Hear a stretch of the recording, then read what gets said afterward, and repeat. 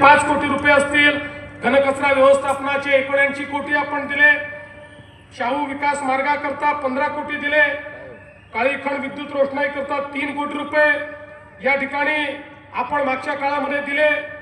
आणि यासोबत आता ज्या प्रकल्पांची अंमलबजावणी होतीये, मलनिस्सारण प्रकल्प 253 कोटीचा आपण मान्य केला, नवीन LED दिव्यांकरता 60 कोटी रुपये आपण त्या ठिकाणी दिले।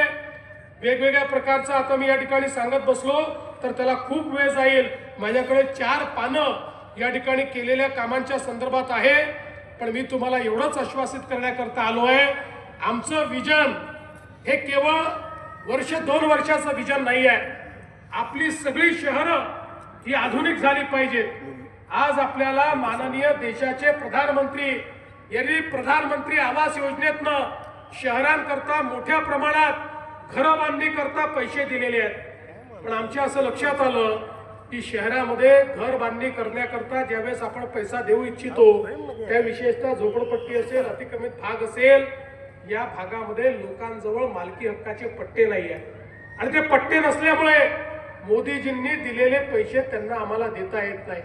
आणि म्हणून 2 महिन्यापूर्वी आपण निर्णय घेतला आणि या सगळ्या शहरांमधले जेवढे झोपडपट्टीचे भाग आहेत, जेवढ्या लोकांचे रहिवासी अतिक्रमण आहेत, या सगळ्यांना नियमित करून त्यांना मालकी हक्काचा पट्टाही आपण देणार आहोत। आणि त्याच्यासोबत ज्याचं कच्चं घर आहे त्याला पक्कं घर बांधण्याकरता देखील पैसा देण्याचा निर्णय आपण केलेला आहे।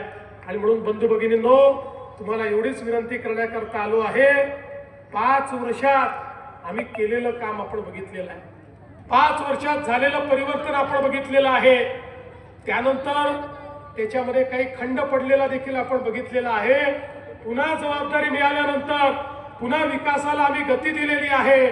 आता पुढचे 5 वर्ष ही गती जर थांबू द्यायची नसेल तर या ठिकाणी भारतीय जनता पार्टी, रिपाई, जनसुराज्य अशा प्रकारची आपली जी युती आहे, या युतीचे उमेदवार हे आपण निवडून द्यावेत।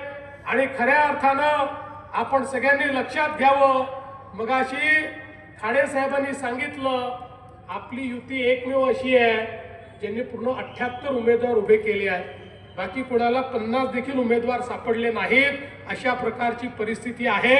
आणि म्हणून आता पूर्ण बहुमताने ही महानगरपालिका तुम्ही आमच्याकडे द्या। येत्या 16 तारखेला 15 तारखेला ज्यावेळी मतदान होईल, त्या दिवशी, मतदानाच्या दिवशी त्या ठिकाणी गेल्यानंतर आपल्या महायुतीची, आपल्या कमळाची, आपल्या चिन्हाची चिंता ही तुम्ही करा।